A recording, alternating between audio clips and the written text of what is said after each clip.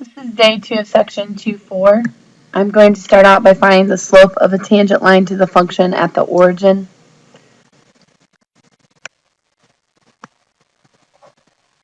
As a reminder, these are pretty simple. We're just going to be taking the derivative of sine, which is cosine. Now, since it's not just a plain x, we will go ahead and write the 3x, but we have to remember to take the derivative of that part. That goes back to the definition we saw the other day, that the derivative with respect to x of sine u was equal to cosine u times u prime, which meant you wrote down the derivative of the sine was cosine, you wrote what was after it, but then you took the derivative of that u. And that's exactly what I'm doing in this problem. The derivative of sine is cosine, I wrote what was after it, and then I took the derivative of that 3x. So I will rewrite this as 3 cosine of 3x, and it did say to find it at the origin, so I will plug in 0. I end up getting 3 times the cosine of 0 is 1, and so the derivative is 3. The second one of these starts out again in the same manner, that the derivative of sine is cosine, write what is after it, but take the derivative of that part, which is 1/2. I'll pull out that 1/2 again out front, so I have the derivative being 1/2 cosine of x over 2. We'll find the derivative at the origin again by plugging in 0. So I end up getting the derivative being 1/2 times 1, which is just 1/2. The second example is also another trig function. I will take the derivative of cosine. The derivative of cosine is negative sine, and I will write what is after it. Since this is not just a plain x, I have to take the derivative of that whole part. This actually requires me to use chain rule. So chain rule says I bring this out front, 2, rewrite it, and lower it by 1, which makes it have an exponent of 1. But again, I have to use another derivative because I have to do what's inside of these parentheses. So I have to take the derivative of what's inside those parentheses, which is a negative 2. So this problem has become quite complex. I'm going to walk back through that again. The first thing I did was take the derivative of cosine, which was negative sine, and I copied what was after it. What was after it was a large quantity. And so when I take the derivative of that large quantity, I have to bring the exponent out front, which was where the 2 came from, rewrite the parentheses, and lower it by 1. Since this was another set of parentheses, you have to take the derivative of what's inside those parentheses. The derivative of 1 was 0, and the derivative of negative 2x was negative 2. Really, what's left to do on this problem is to simplify this. So we do want to simplify this. I will underline what I'm going to put together. So I'm going to put together the negative 1. I'm going to say I have negative 1 times 2 times negative 2, which gives me a positive 4. I'm going to bring this 1 minus 2x out front, and then I'm going to rewrite the sign of 1 minus 2x squared. This is as far as I'm going to simplify this. You could distribute, I guess I will take it just one step further. I could distribute this 4 through and finish it to make it look like this. I'll now do a problem that has a product rule in it. I know it's product rule because I have 2 x's being multiplied together.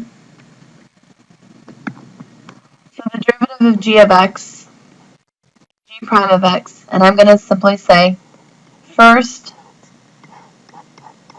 times the derivative of the second. The derivative of tangent is secant squared. Write what is after it.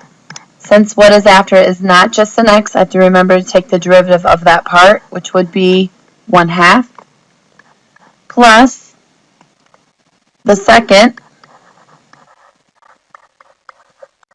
times the derivative of the first. And the derivative of secant is secant tangent. And since what's inside those parentheses is not just an x, I have to remember to take the derivative of that 1/2 x, which is 1/2. I'll have to write that down below here because I've ran out of space. So times 1/2. Really, what I want to do is I want to clean this up just a little bit.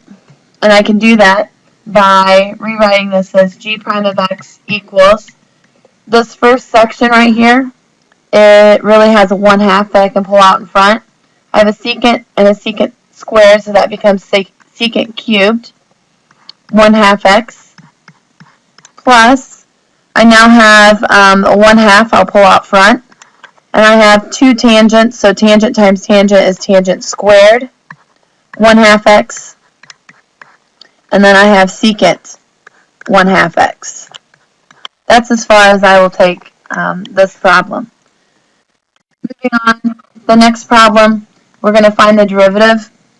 The way this is written, I need to rewrite it before I begin. This really says that I have 5 cosine pi t squared. Whenever that squared is right there with the cosine, that's different than having the cosine of t squared. That would be where the t is just squared. In this case, the whole cosine pi t is being squared. This is a chain rule. The chain rule says, bring this out front. I call this chain rule, people call this general power rule as well. So 2 times 5 is 10. Rewrite what's on the inside. Lower it by 1. And then I'll take the derivative of what's inside. The derivative of what's inside of these parentheses would be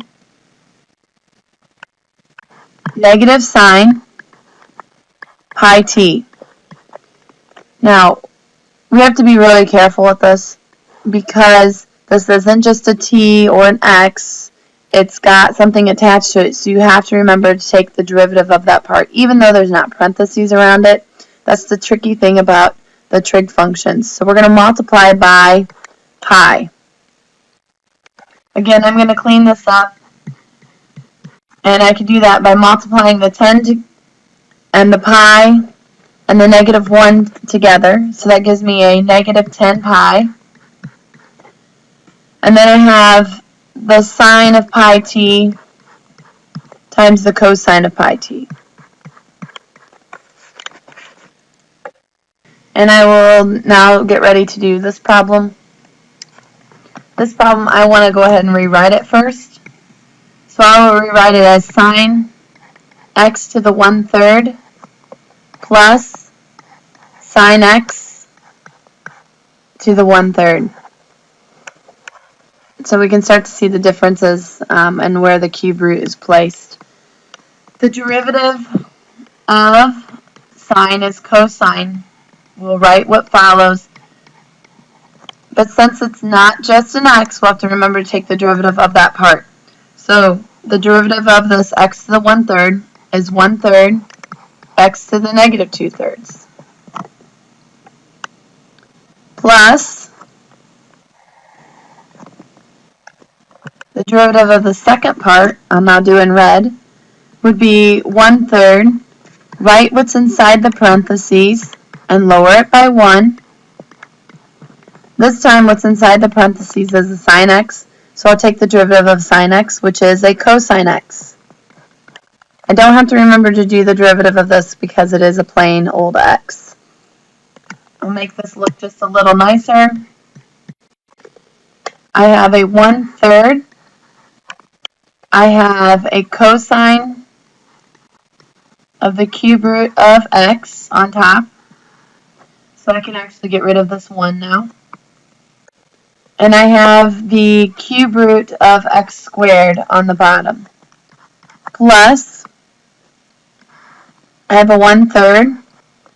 I have the cube root of sine squared x And on the top of the fraction, I would have cosine x. Now, I'm not going to take this any further, but you could make common denominators if you truly wanted to. Moving on, evaluating the derivative at the indicated point. The first thing we're going to have to do is rewriting it. So f of x is actually x squared minus 3x to the negative second. When I take the derivative, I'll bring the negative 2 out front, rewrite what's on the inside of the parentheses, and lower it by 1. This isn't simply just an x, so I have to remember to take the derivative of what's inside. So I'm going to be multiplying by the derivative of that set of parentheses, which would give me a 2x minus 3. And then I will clean this up a bit before I actually plug in the number. A lot of times I'll just plug in the number, but we'll go ahead and clean this up first. So I have a negative 2 times the 2x minus 3 is on the top of the fraction, and the x squared minus 3x cubed is on the bottom. All that's left to do is to evaluate it at this indicated point.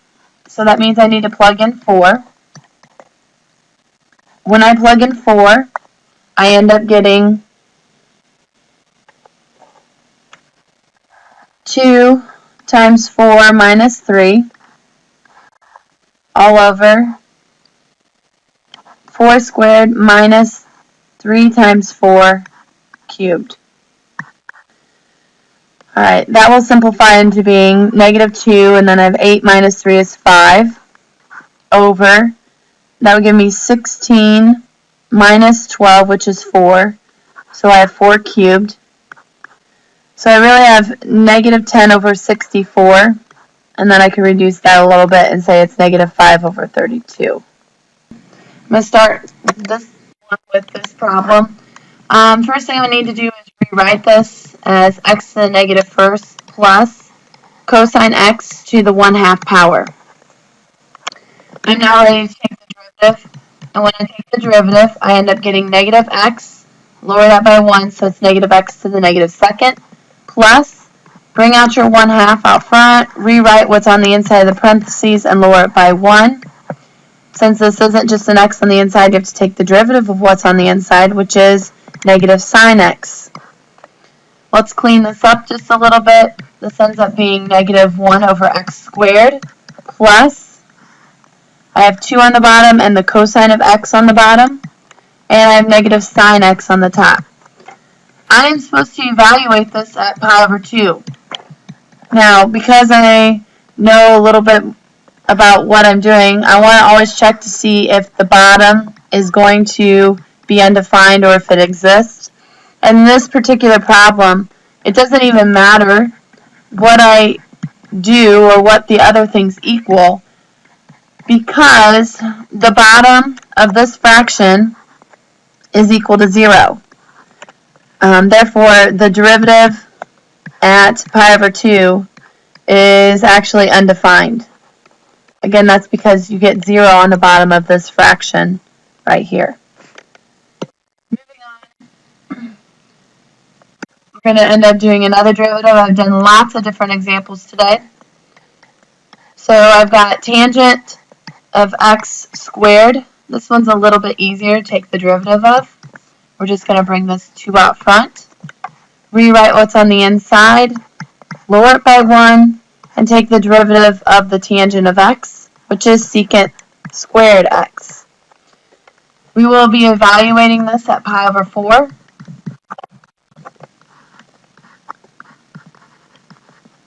So I will plug in pi over 4.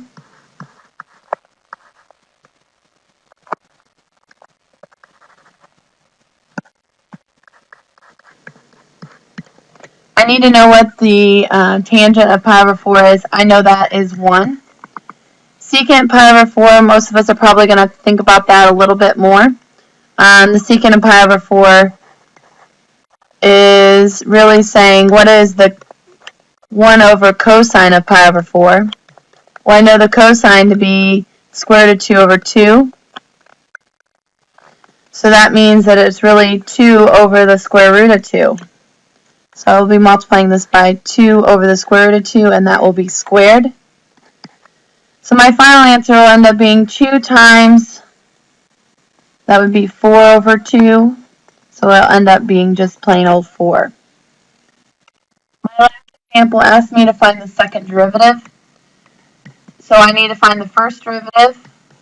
And in order to do that, I will rewrite it. Ready to take the first derivative, I'll bring the negative 1 out front. Rewrite what's on the inside and lower it by 1. And take the derivative of what's on the inside, which is a 1. So the first derivative ends up being just negative 1 over x minus 6 squared. Now I do want to take the second derivative, but in order to do that, I have to know what the first derivative is, so I'm going to actually go backwards and rewrite this as negative x minus 6 to the negative second power.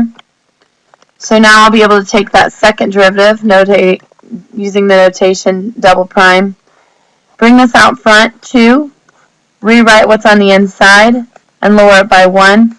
Take the derivative of what's on the inside again, which is a 1.